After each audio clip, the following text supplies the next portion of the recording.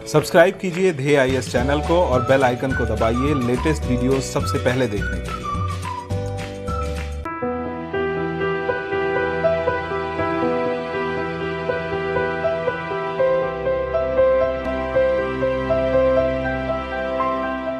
नमस्कार, मैं सुनील वर्मा ध्येय आईएएस टीम की ओर से आपका स्वागत करता हूं ध्येय टीवी पर। हम बात करेंगे डेली करंट अफेयर्स के अपने प्रोग्राम पर, जैसा कि हम प्रतिदिन करते आए हैं।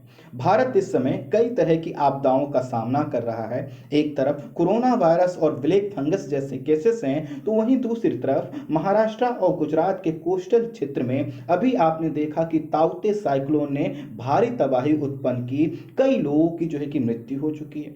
अभी हम इस चीज से पूरी तरह से उबर भी नहीं पाए थे कि वहीं बंगाल की खाड़ी में एक साइक्लोन बना था जिसका नाम है यास। अब वह जो है कि उड़ीसा और पश्चिम बंगाल की ओर तेजी से बढ़ रहा है। यह जो साइक्लोन है यास, इसमें हवाओं की गति 180 किलोमीटर प्रति घंटा से लेकर 190 किलोमीटर प्रति घंटा तक हो सकती है, जिसके वजह से यह जो साइक्लोन है सुपर साइक्लोन के रूप में कन्वर्ट हो सकता है और यह सुपर साइक्लोन भारी क्षति उत्पन्न कर सकता है। तो समझेंगे कि आखिर बंगाल की खाड़ी में जो साइक्लोन आते हैं वह इतने मजबूत क्यों होते हैं, उनकी गति इतनी ज्यादा क्यों होती है, बंगाल की खाड़ी में साइक्लोन आते ही क्यों ज्यादा है। बहुत सी चीजों को हम समझने वाले हैं। ये भी समझेंगे कि आखिर ये जो चक्रवात की फ्रीक्वेंसी है वह क्या है और इनसे कितनी ज्यादा क्षति होती है। आइए थोड़ा सा समझते हैं। सबसे पहले हम थोड़ा सा मैप को समझेंगे। अब देखिए, आप इंडिया की अगर लोकेशन को ध्यान से देखिए तो आपको एक तरफ अरब सागर दिखाई देगा,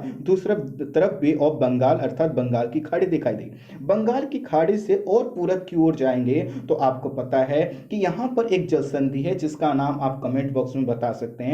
उस जलसंधि से होकर आप प्रशांत महासागर में पहुंच जाएंगे। वहीं दक्षिण की ओर अगर आप जाएं तो ऑस्ट्रेलिया का जो सागर वाला क्षेत्र है वहां से होते हुए भी आप प्रशांत महासागर पहुंच सकते हैं। कुल मिलाकर बंगाल की खाड़ी की जो कनेक्टिविटी है वह प्रशांत महासागर से आगे जुड़ जाती है।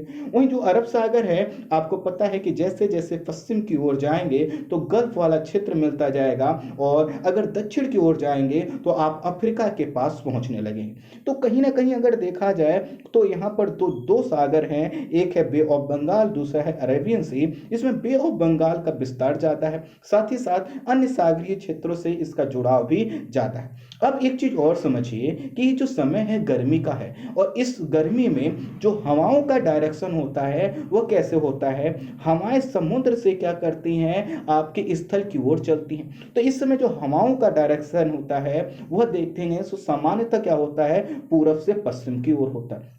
अब जितनी हमने इंफॉर्मेशन बताई है इन सभी चीज़ों को इसी मैप के आधार पर आगे मैं आपसे कनेक्ट करवाने का प्रयास करूंगा। लेकिन सबसे पहले अभी समझ लेते हैं कि आखिर इसकी हम चर्चा क्यों कर रहे हैं। बंगाल की खाड़ी के मध्यवर्ती भाग और उत्तरी अंडमान सागर के ऊपर कई दिनों से एक निम्न वायुदाब विकसित हो रहा था जो कि अब चक्रवाती रूप धारण कर चुका है। आपसे एक गुजारिश है, अगर आपको ये नहीं पता कि चक्रवात क्या होते हैं तो एक वीडियो का लिंक मैं जो है कि डिस्क्रिप्शन में डलवा देता हूं, जो मैंने कुछ दिन पहले ताउते साइक्लोन पर बात की थी। तो उसमें मैंने बताया था बहुत सिंपल तरीके से आखिर साइक्लोन क्या होता है, तो आप उसको देख लीजिए। तो कुल मिलाकर एक निम्न वायु दाब बना हुआ था जो कि चक्रवात के रूप में था और ये जो निम्न वायु दाब है, इसी निम्न वायु दाब से जो चक्रवात बना, इसका नाम जो है कि ओमान के द्वारा रखा गया, नाम रखा गया यास, जिसका अर्थ होता है निराशा, मायूसी, भय होता है। अब ये जो निम्न वायु दाब है या चक्रवात है, यह क्या कर रहा है, उत्तर पश्चिम की ओर बढ़ते हुए या आगे बढ़ रहा है और 26 मई अर्थात कल क्या होगा, ये पश्चिम बंगाल और उड़ीसा से टकरा सकता है। अभी ये साइक्लोन टकराया नहीं है, लेकिन वहां पर बारिश और हवाओं की गति आप देख सकते हैं। आपने वीडियो के विजुअल्स देखे होंगे।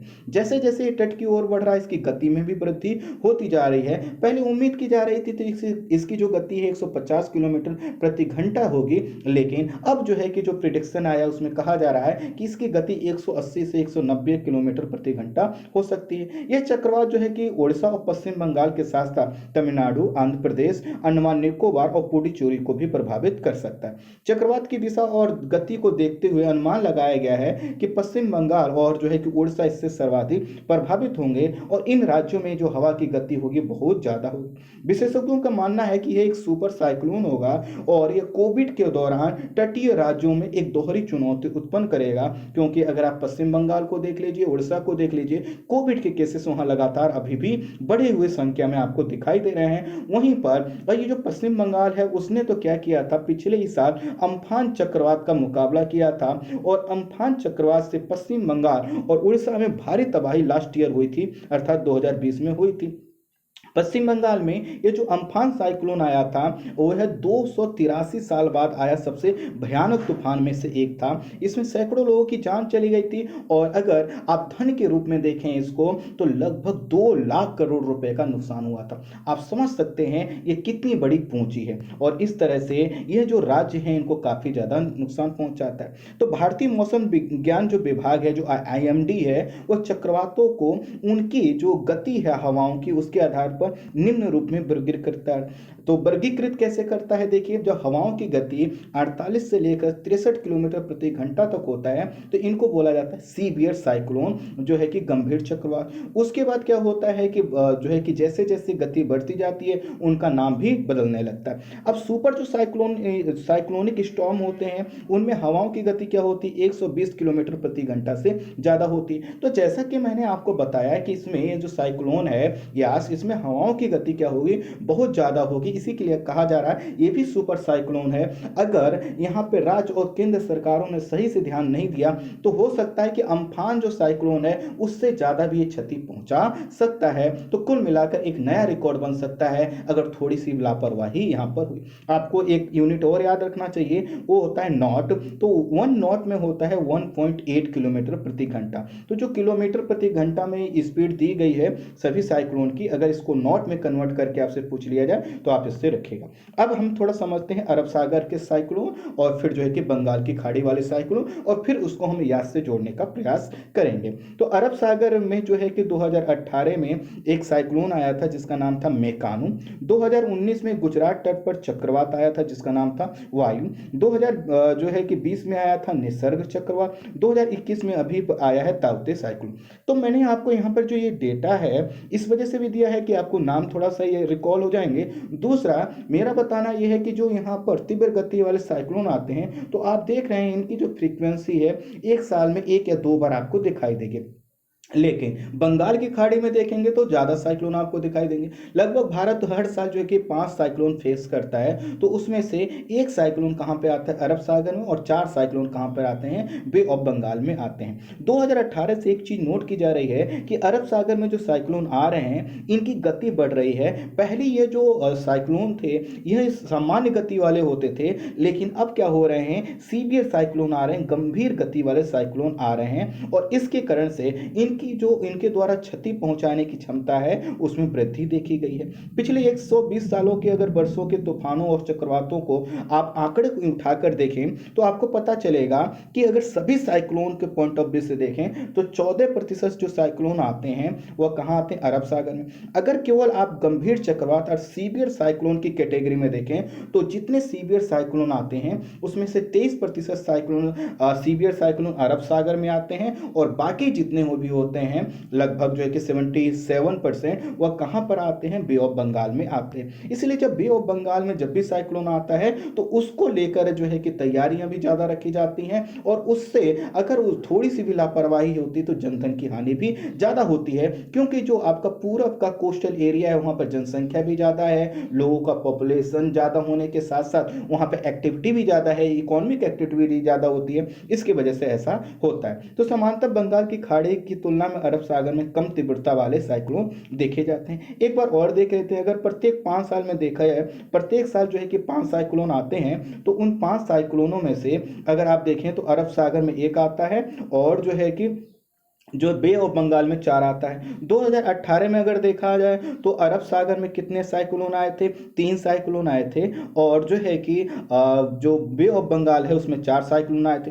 2019 में देखा जाए तो अरब सागर में ज़्यादा आए, लेकिन जो है कि बे ऑफ बंगाल में कम आए। 2020 में देखा जाए तो 2 साइक्लोन आए थे अरब सागर में, 3 आए थे बे ऑफ बंगाल में। उपरोक्त आंकड़ों से स्पष्ट हो गया कि अरब सागर का अब जो फ्रीक्वेंसी है यहाँ पर साइक्लोन की वो बढ़ती जा रही। पहले सामान्यतः क्या होता था, एक साइक्लोन आता था, लेकिन अब देख रहे हो 2, 3 और 5 साइक्लोन आपको देखने को मिल रहे हैं। इससे पता चल रहा है कि जो अरब सागर है इस पे ग्लोबल वार्मिंग का इम्पैक्ट ज़्यादा बढ़ा है। और अगर वैज्ञानिकों के आप आंकड़ों पर विश्वास करें तो पिछले 40 सालों में अरब सागर के तापमान में जो टेम्परेचर में वृद्धि हुई है 1.2 डिग्री से लेकर 1.4 डिग्री सेल्सियस तक हो चुकी है। स्वाभाविक है, जब सागर के तापमान में वृद्धि होगी तो सागर का अधिक तापमान ही तो क्या करता है, साइक्लोन को क्रिएट करने के लिए एक आइडियल कंडीशन क्रिएट करता है। अब थोड़ा सा बंगाल की खाड़ी में चक्रवात ज़्यादा क्यों आते हैं इसको समझ लीजिए। सबसे पहले है कि चक्रवात के विकास के लिए महत्वपूर्ण होता है कि जो जल क्षेत्र हो विशाल हो, और जब जल क्षेत्र विशाल होता है और गर्म होता है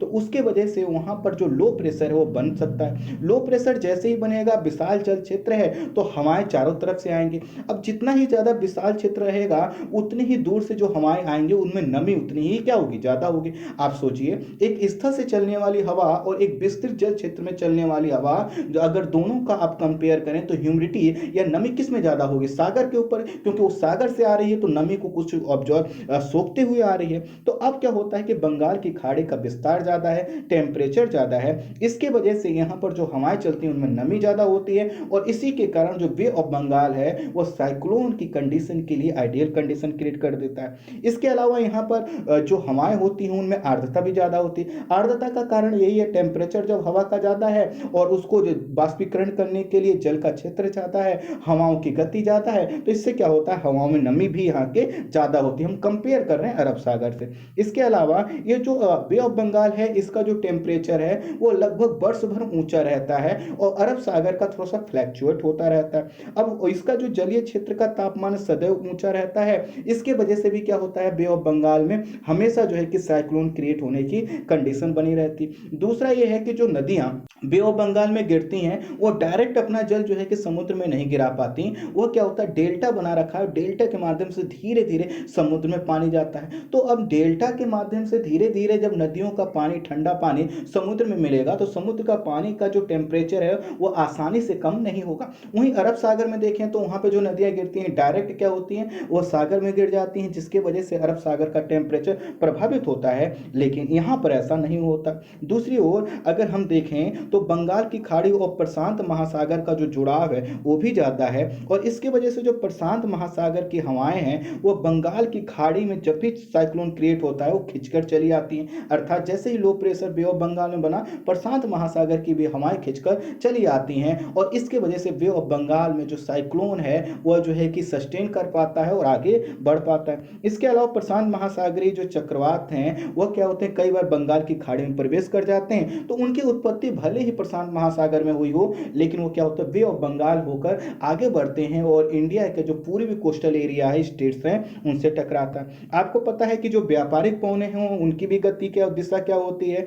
वो पूरब से पश्चिम होती, सामान्यतः थोड़ा सा वो टेढ़ा होता है लेकिन पूरब से पश्चिम आप उसको मान सकते हैं। तो इस तरह से यहाँ पर भी क्या होता है, यह जो बे ऑफ बंगाल की कंडीशन है क्या है, आपके इंडिया से पूरब की ओर है, और उसकी वजह से जो हवाओं का दिशा है उसके अनुकूल बैठता है। तो हवाएं जैसे ही पूरब से पश्चिम की ओर बढ़ती हैं, सागर से होकर आती हैं, और इसके वजह से सागर से जो साइक्लोन क्रिएट होता है वो भी क्या होता है, इंडिया की ओर बढ़ जाता है। इसके अलावा जो बंगाल की खाड़ी है इसकी सैलिनिटी भी कम है। सैलिनिटी कम होने का मतलब है कि इसमें नमक की मात्रा कम है। नमक की मात्रा कम होने की वजह से क्या होता है, बाष्पीकरण तीव्र गति से होता है। जैसे एक फ्रेश वाटर ले लीजिए, एक सैलाइन वाटर ले लीजिए, तो फ्रेश वाटर का बाष्पीकरण क्या होगा, ज्यादा होगा।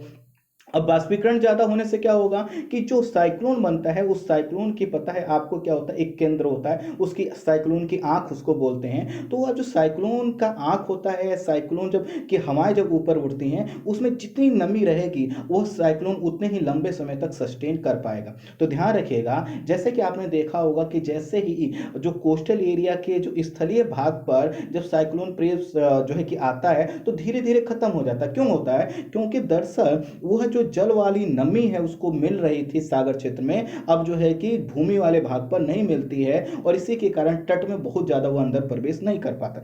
क्योंकि यहाँ पर क्या है, बे ऑफ बंगाल में क्या होता है, यहाँ की सैलिनिटी कम है, बाष्पीकरण हमेशा होता रहता है। इससे क्या होता है कि जो यहाँ पर साइक्लोन बनता है उसको ऊर्जा बनती रहती है। इसके अलावा बे ऑफ बंगाल के जो कोस्टल एरिया वाला क्षेत्र है, आप इनके देखेंगे तो यहाँ पर जो मैदानी भाग है वो समतल है, और इसके वजह से जो साइक्लोन है आगे बढ़ते हैं तो इनके मार्ग में रुकावट कम आती है, जबकि अरब सागर में ऐसा नहीं है। इसके अलावा आपको पता है कि जो भी हवाएं आती हैं वह सिर्फ साइक्लोन की वजह से नहीं आती, बल्कि एक नॉर्मल जो डे बाय डे जो हवाएं चलती हैं सागर से स्थल की ओर, उनका भी इसमें योगदान हो जाता है। और बे ऑफ बंगाल का जो लोकेशन है वह क्या होता है, इंडिया के पूरब की ओर है। उधर से व्यापारिक पौने जब आती हैं तो क्या होता है, साइक्लोन आगे बढ़ जाता है। जैसे कि हमने बताया कि बे ऑफ बंगाल में हर साल लगभग 5 चक्रवात आते हैं, और इसकी वजह से केंद्र और राज्यों की आय का जो राजस्व है उनका, उसमें 12% की क्षति होती है। तो आप इंडिया का जो राजस्व है टोटल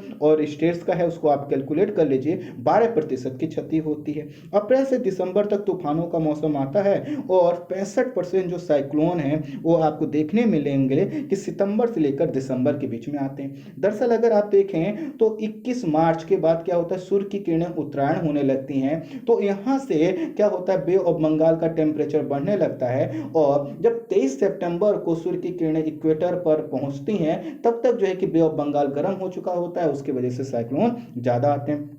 अगर चक्रवात की वजह से सर्वाधिक जो है मृत्यु अगर देखा जाए तो बांग्लादेश में होती है, लगभग 40% लोग जो मतलब टोटल लोगों की डेथ होती है उसमें बांग्लादेश है। और बड़े राज्यों में उस बांग्लादेश के बाद भारत का ही नाम आता है। राज्य के दृष्टिकोण से देखा जाए तो सबसे ज़्यादा प्रभावित होता है ओडिशा, लगभग 48% को क्षति होती है, 22% आंध्रा, 18.5% पश्चिम बंगाल और 11.5% तमिलनाडु। तो आपने देखा जो पूरब के स्टेट्स हैं वो ज़्यादा इससे प्रभावित होते हैं। जो मौसम उपग्रह हैं कल्पना 1, इनसेट 3A, इनसेट 3D, इनके माध्यम से निगरानी करके चेतावनी प्रणाली को मजबूत किया जा रहा है, और इसके माध्यम से फोरकास्टिंग करके अब हमारी जो NDRF की टीमें हैं वह लोगों को बचा पाती हैं। पहले आपने देखा होगा कि जैसे ही कोई साइक्लोन आता था उसके वजह से बहुत बड़ी जो है कि कैजुअलिटी होती थी, लेकिन अब वो नहीं होती। तो कहीं ना कहीं हम लोगों ने काफ़ी अच्छा प्रयास किया है, लेकिन हाँ अभी भी जो कोस्टल स्टेट्स हैं उनके पास रिसोर्स की लिमिटेशन है, जिसके मामले में केंद्र सरकार को